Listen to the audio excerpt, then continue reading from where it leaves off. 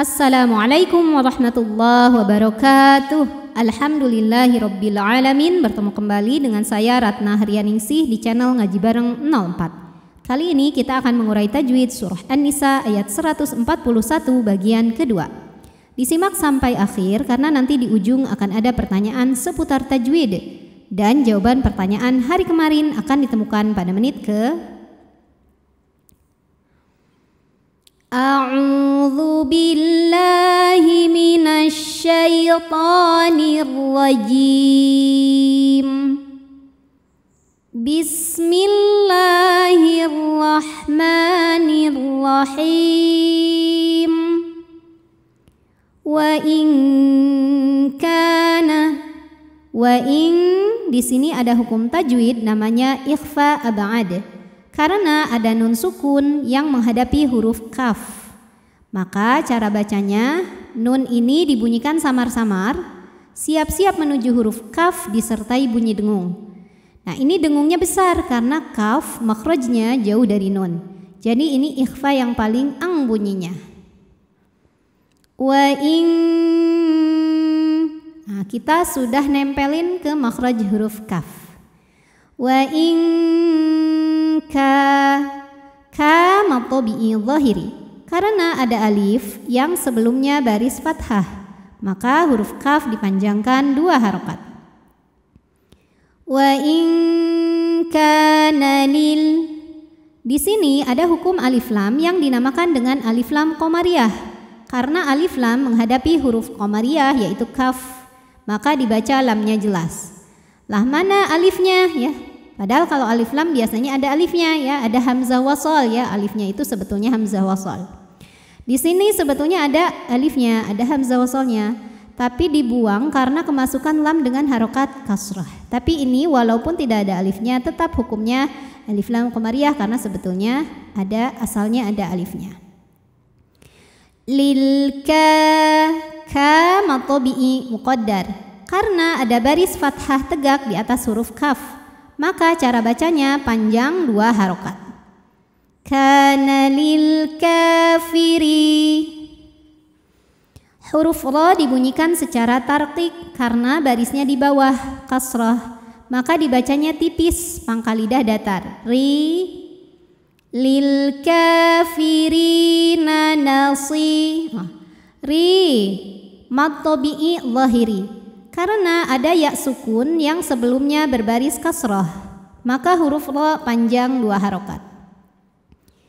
Kana lil kafirina nasi. Mad tabi'i zahiri. Karena ada ya sukun didahului baris kasrah, maka huruf shad panjangkan 2 harokat. Nasibum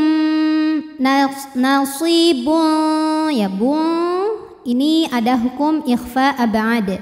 Karena ada tanwin dhammah menghadapi huruf qaf, maka cara baca tanwinnya adalah samar-samar ya, menuju makhraj huruf qaf disertai dengung. Nah, ini dengungnya lebih besar untuk huruf qaf karena makhraj huruf qaf ini jauh dari nun ya, jadi paling ang. Nasibun qa mad tabi'i zahiri. Karena ada alif didahului fathah, maka dibaca panjang qafnya 2 harokat. Qalu mad jaiz munfasil. Karena mad tabi'i bertemu hamzah dalam 2 kata, di mana mad tabi'inya waw sukun didahului dhammah terdapat pada kata qalu, sedangkan hamzahnya yang a terdapat pada kata alam. Jadi sudah berada dalam 2 kata yang terpisah. Maka huruf lam kita panjangkan 4 atau 5 harokat. Qalu alam. Kemudian di sini ada hukum idhar syafawi. Sebab ada mim sukun yang menghadapi huruf selain mim dan ba. Di sini hurufnya adalah huruf nun. Maka mim sukun kita bunyikan dengan jelas. Alam nas. Sinnya berdesis karena punya sifat namanya sofir ya, ada desis seperti suara ular. Nastahwidh alai, ada harfulin atau huruf lin. Sebab ada ya sukun yang sebelumnya berbaris fathah, maka dibacanya lembut atau lunak. Alaikum, kum, ada hukum idhar syafawi karena mim sukun menghadapi huruf selain mim dan ba. Di sini hurufnya adalah huruf waw, maka mim dibaca dengan jelas. Alaikum wanam. Kemudian ada hukum idhar syafawi karena mim sukun menghadapi huruf selain mim dan ba, yaitu hurufnya nun. Maka mim sukun ini kita bunyikan dengan jelas M-nya. Wa namna'akum. Kemudian ada hukum idgham mimi karena mim sukun menghadapi huruf mim yang berharokat. Maka cara bacanya, mim pertama dileburkan ke mim kedua, masuk ya, disertai bunyi dengung M. Wa namna'akum minal. Alif lamnya dinamakan dengan alif lam qamariyah karena ada alif lam yang menghadapi huruf qamariyah yaitu mim, maka lam sukun dibaca jelas, disebut dengan idhar qamari. Minal mu. Ada hamzah, salah satu sifatnya dari segi suara adalah syiddah, kuat, tertahan suaranya. Jadi semakin kita tekan semakin tidak bunyi ya. Minal mu'minin. Nin, jika kita berhenti di sini hukumnya adalah mad arid li sukun.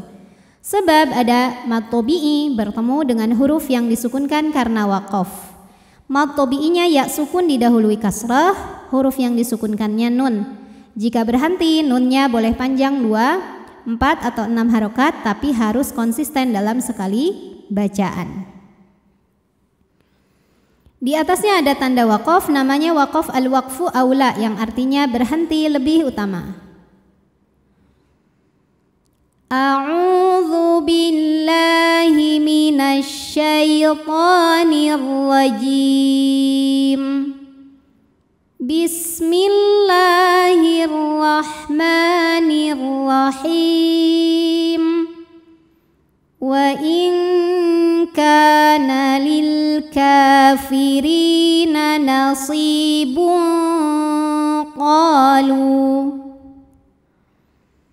qalu alam nastahwidh alaikum wa namna'akum minal mu'minin. Oke, pertanyaan hari ini, sebutkan nama hukum dari yang saya tunjuk ini. Nama hukumnya apa, sebabnya apa, dan bagaimana cara membacanya. Shadaqallahul azim. Wabillahi taufiq wal hidayah. Wassalamualaikum warahmatullahi wabarakatuh.